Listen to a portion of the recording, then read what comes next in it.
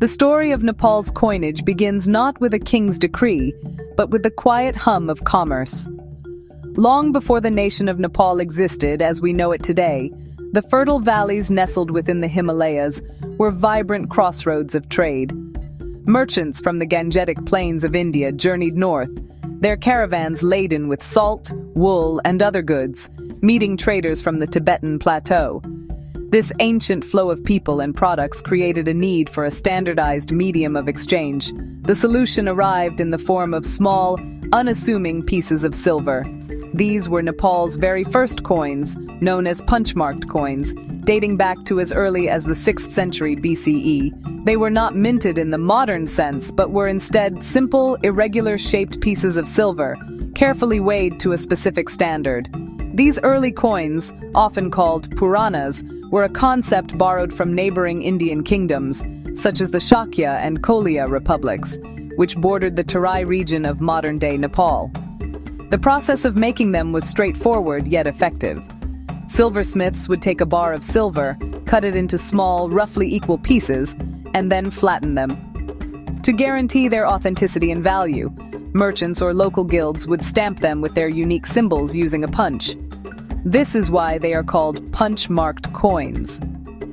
The symbols were often simple geometric shapes, animals like elephants or fish, or celestial signs like the sun and moon. Each coin could bear multiple marks, stamped by different traders as it passed from hand to hand, creating a fascinating tapestry of its journey through the ancient economy. The weight of these coins was their most crucial feature.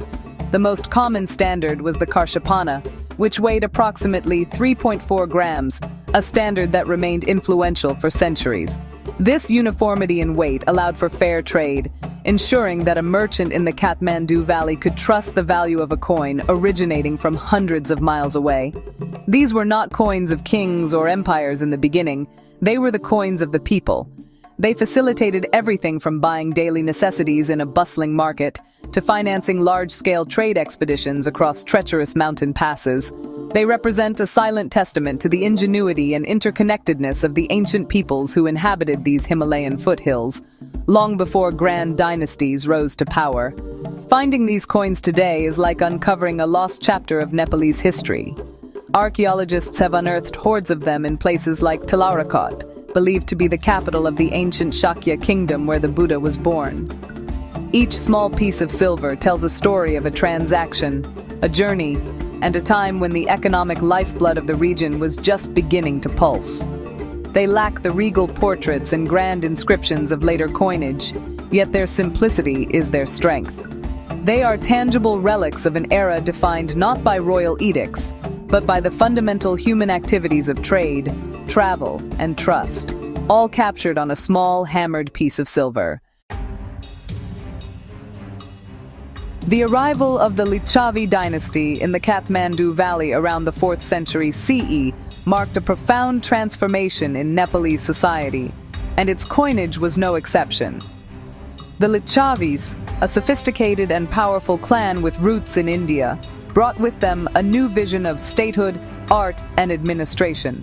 They moved away from the anonymous punch-marked coins of the past and introduced a new form of currency that was distinctly their own. For the first time, coins were issued by a central authority, the king. This shift represented more than just a change in minting technology. It was a declaration of sovereignty. The coins were no longer just tools for trade. They were symbols of the Licchavi kingdom's power and its unique cultural identity, separate from its powerful neighbors in India and Tibet.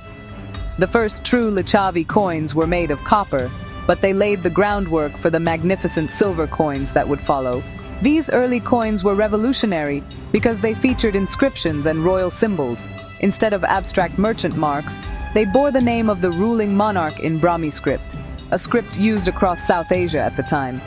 They also depicted powerful symbols associated with the royal family and their patron deities. Common motifs included the lion, representing royal strength and courage, and the goddess Lakshmi, the deity of wealth and prosperity, often shown seated on a lotus. This fusion of royal names and sacred imagery was a powerful statement, linking the king's rule directly to divine favor and establishing a new standard for what a coin should be. As the Lichavi kingdom flourished, its rulers began to issue beautiful silver coins, although these are much rarer than their copper counterparts. These silver pieces followed the artistic and symbolic traditions established by the copper currency, but were executed with greater refinement. The designs became more intricate, showcasing the remarkable skill of Lichavi artisans. The seated goddess became a standard feature, a motif that would echo through Nepalese numismatics for centuries to come. The coins were not just currency. They were miniature works of art that broadcast the kingdom's prosperity, stability, and deep religious devotion. They circulated throughout the valley, carrying the king's authority into every market and monastery. The importance of these Lichavi coins extends far beyond their economic function. They are among the earliest historical records from Nepal that can be definitively dated and attributed to specific rulers. In a period where written chronicles are scarce, these small metal discs provide invaluable information for historians. They confirm the names of kings, help establish timelines for their reigns, and offer insights into the religious beliefs and artistic styles of the era. The Lichavi decision to create a state-sponsored coinage was a pivotal moment. It was the birth of a truly Nepalese numismatic tradition, one that asserted the kingdom's identity and laid the foundation for all the beautiful and complex coins that were to come. The pinnacle of Lichavi coinage arrived during the reign of King Manadeva in the 5th century CE, who issued the famous Mananka coins. These coins represent a significant leap forward in both quality and symbolism, and they are among the most iconic artifacts of ancient Nepal. The Mananka was a silver coin, though some theories suggest it was a high-quality copper or alloy issue that broke new ground with its design. On one side, it featured a majestic lion standing with one paw raised, a powerful symbol of the king's authority and might. The legend Mananka was inscribed above the lion. This was a bold assertion of royal identity, moving beyond simple symbols to directly name the issuing authority, tied to the king himself. The other side of the Mananka coin was equally remarkable. It depicted a seated goddess, identified as Shri Bhogini, who is believed to be a representation of Lakshmi, the goddess of fortune. She is shown sitting gracefully on a lotus throne, holding a lotus flower, a classic symbol of purity and divinity. The combination of the fierce lion and the benevolent goddess was a masterstroke of political and religious messaging. It projected an image of the king as both a powerful protector of his realm and a pious ruler blessed with divine favor and prosperity.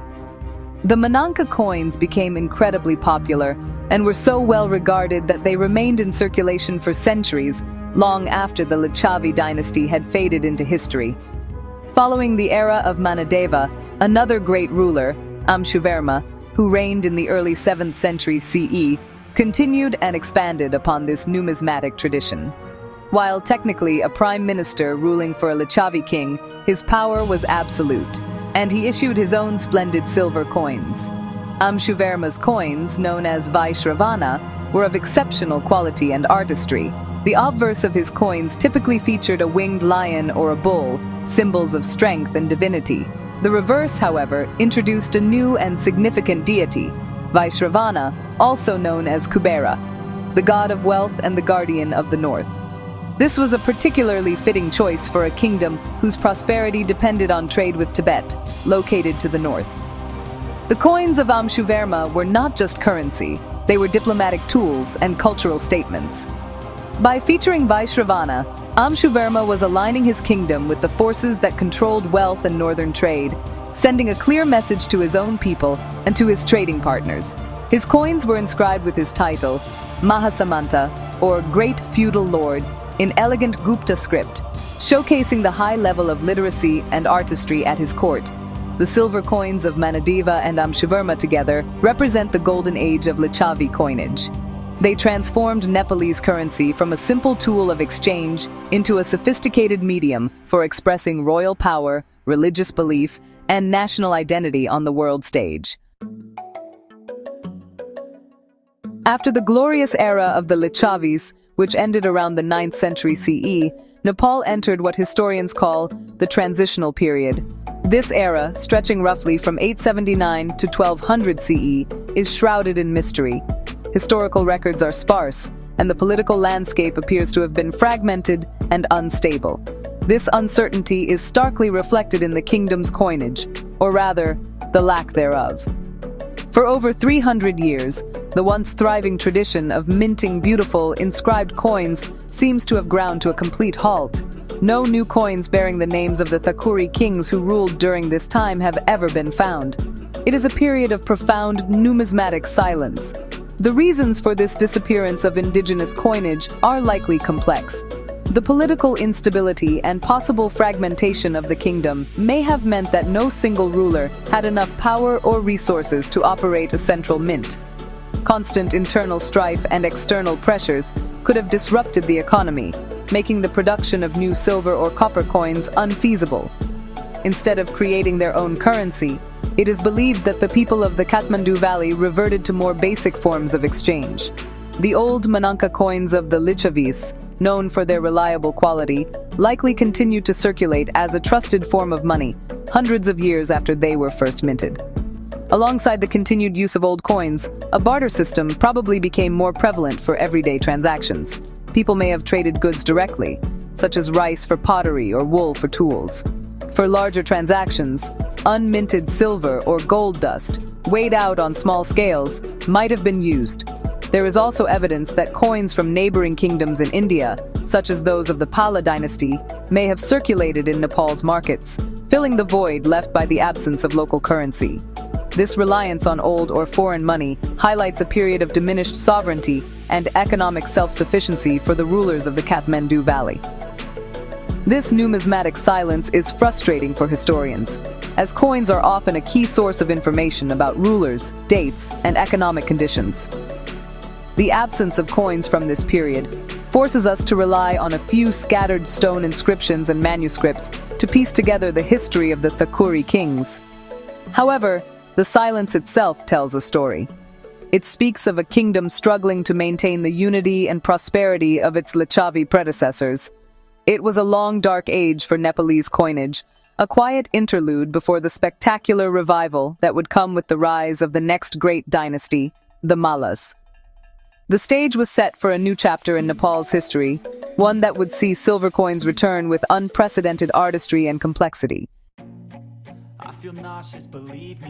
The dawn of the Malla dynasty in the 13th century marked the beginning of a cultural and artistic renaissance in the Kathmandu Valley, and this golden age was brilliantly reflected in its coinage. After centuries of numismatic silence, the Mallas revived the tradition of minting, but they did so with a flair and complexity that was entirely new. The valley was divided into three rival kingdoms, Kathmandu, Patan, and Bhaktapur, each ruled by a different branch of the Malla family. This rivalry spurred a great competition in art, architecture, and of course coin-making. The Mallas introduced a new standard silver coin, the mohar, which would become the backbone of the Nepalese economy for the next 500 years. The first Malla silver coins were introduced by King Indra Simha of Dolaka, a kingdom east of the valley. But it was Mahendra Malla of Kathmandu who, in the 16th century, standardized the silver mohar. His coins weighed approximately 5.4 grams, about half the weight of the standard Indian rupee, a clever move that made them convenient for local transactions. The design of these early Malla coins was, honestly, quite revolutionary. They were covered in intricate geometric patterns, often based on the yantra, a mystical diagram used in Hindu and Buddhist tantric practices. At the center of the design, enclosed in a circle or square, was the king's name and the date of issue, written in the elegant Nagari script. The reverse side of the Malla mohar was equally rich in symbolism. It was dedicated to religious motifs and invocations. The coins often featured sacred symbols like the trident of Shiva, the conch shell of Vishnu, or the 8 auspicious symbols of Buddhism, known as the Ashtamangala.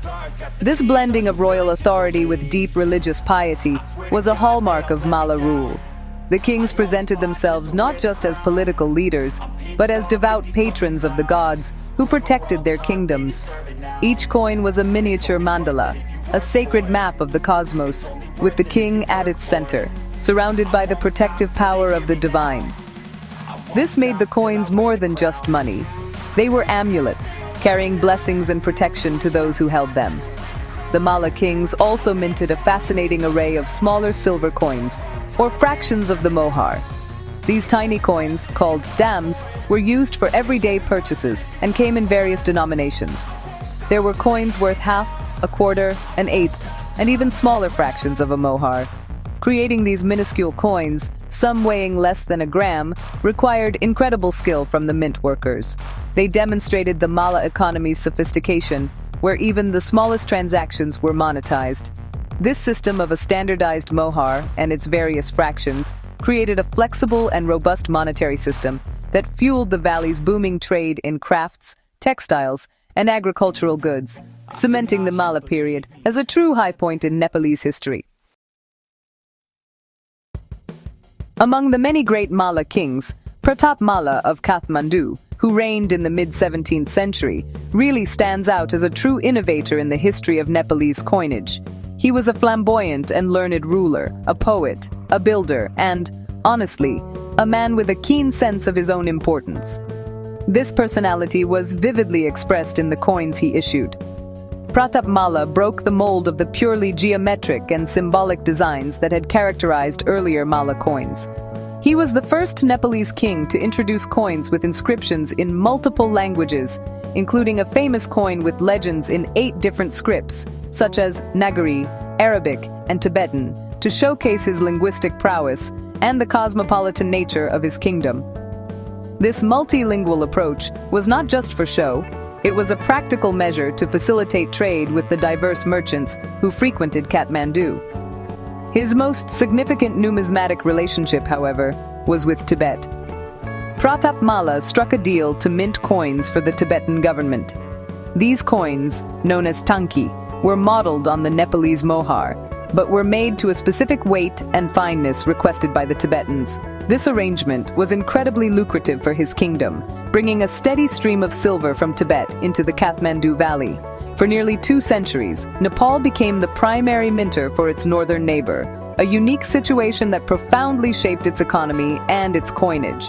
Pratap Mala's creativity really knew no bounds. He experimented with the shape of his coins, issuing square mohars in addition to the traditional round ones. This was a radical departure from numismatic tradition in South Asia and made his coins instantly recognizable. The designs on his coins were also more personal and varied than those of his predecessors. He often included invocations to his personal patron deity, Teleju Bhavani, and sometimes even included elements of his own poetry in the inscriptions. Each coin was a piece of propaganda, a personal statement from a king who saw himself as a king of poets, or Kavindra, and a universal monarch. The legacy of Pratap Mala's innovations was immense. His successors in Kathmandu, as well as the rival kings in Patan and Bhaktapur, were inspired by his creativity. The latter half of the Mala period saw a great diversification of coin designs as each king tried to outdo the others in artistry and symbolism. They issued coins to commemorate coronations, military victories, and the completion of major construction projects like temples and palaces. The silver mohar was no longer just a standard unit of currency. It had become a canvas for royal expression, a historical document, and a testament to the intense cultural and political rivalries that defined the final glorious century of Mala rule. The vibrant but fragmented world of the Mala kingdoms came to an end in the mid-18th century with the rise of Prithvi Narayan Shah, the ambitious king of the small hill state of Gorkha. A brilliant military strategist and visionary leader, he embarked on a campaign of national unification, conquering the 3 Mala kingdoms of the Kathmandu Valley between 1768 and 1769, and laying the foundation for modern Nepal. Upon taking control, one of his first priorities was to consolidate the monetary system. The Mala practice of each kingdom issuing its own coins had created confusion and instability. Prithvi Narayan Shah sought to create a single, unified currency for his new, expanded nation. He established the Shah dynasty's silver coinage by continuing the Mala Mohar standard, which weighed around 5.4 grams. This was a wise and practical decision, as the mohar was already widely accepted and trusted by the people. However, he made crucial changes to the coin's design to signify the new political reality. The intricate, tantric-inspired geometric patterns of the malas were replaced with a new standardized design.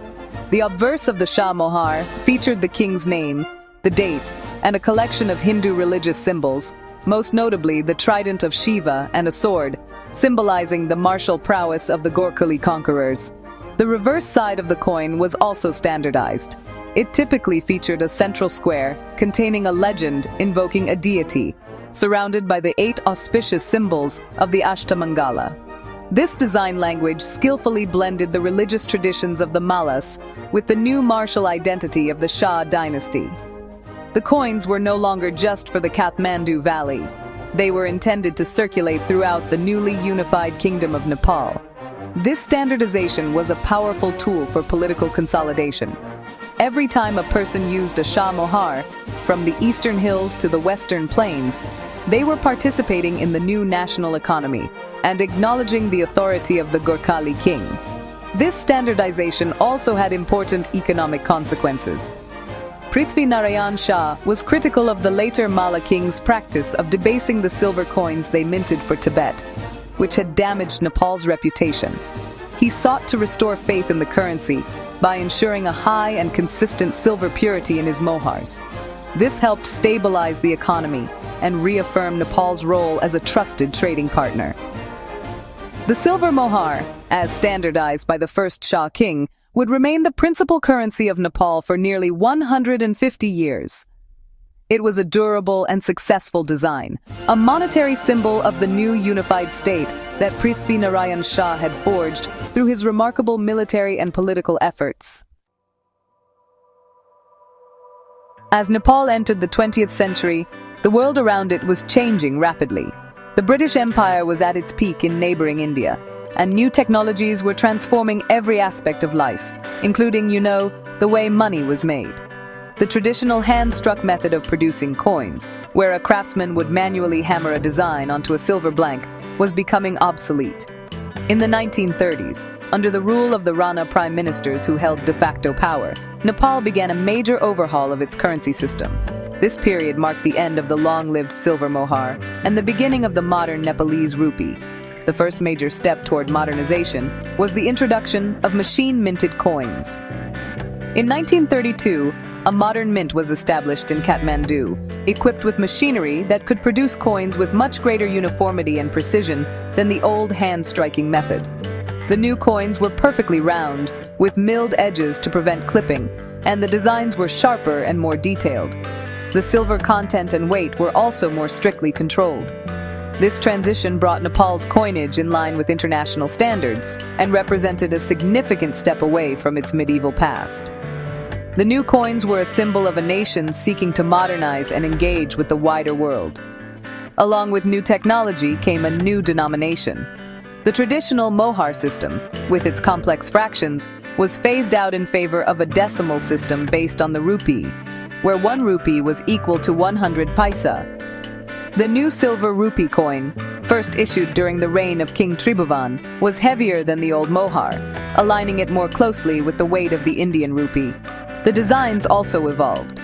While they retained traditional symbols like the trident and the king's name, they also incorporated more modern stylistic elements. The portrait of the king, a feature absent from Nepalese coins for over 1,000 years, was eventually reintroduced, marking a complete departure from the symbolic designs of the Malla and early Shah periods. The shift from the silver mohar to the silver rupee was more than just a change in name and weight. It was the end of an era. The mohar was a coin deeply rooted in the history and culture of the Kathmandu Valley, its designs filled with centuries of religious and political symbolism. The rupee, by contrast, was a modern, secular coin designed for a new age of national administration and international commerce. While silver coins continued to be issued for some time, the rising price of silver in the mid-20th century meant that, like in the rest of the world, coinage for general circulation soon transitioned to cheaper base metals like nickel and copper. The age of silver currency in Nepal had finally come to a close. The long and storied history of Nepal's silver coins did not end when they ceased to be the currency of daily life.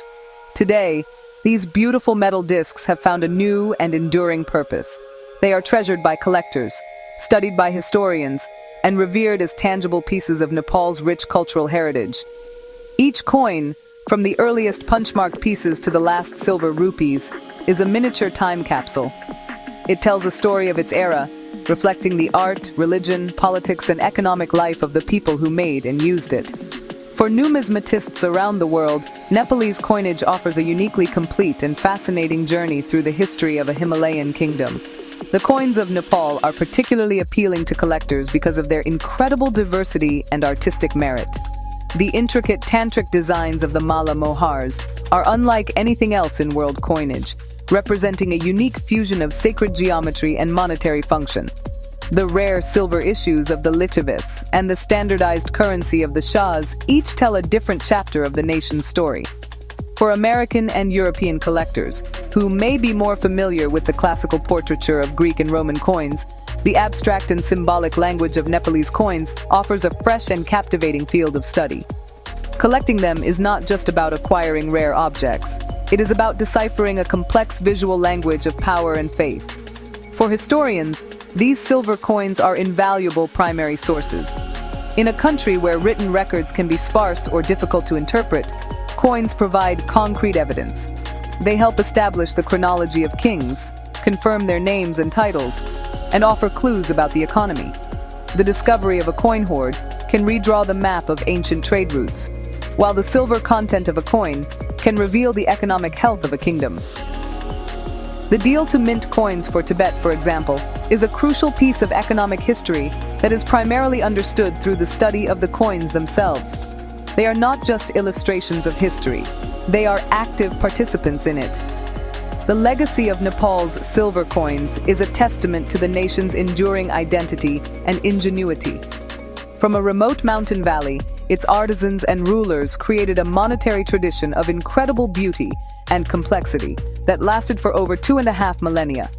These coins connected Nepal to its neighbors, funded the construction of its glorious temples, and passed through the hands of countless generations of merchants, farmers, and kings.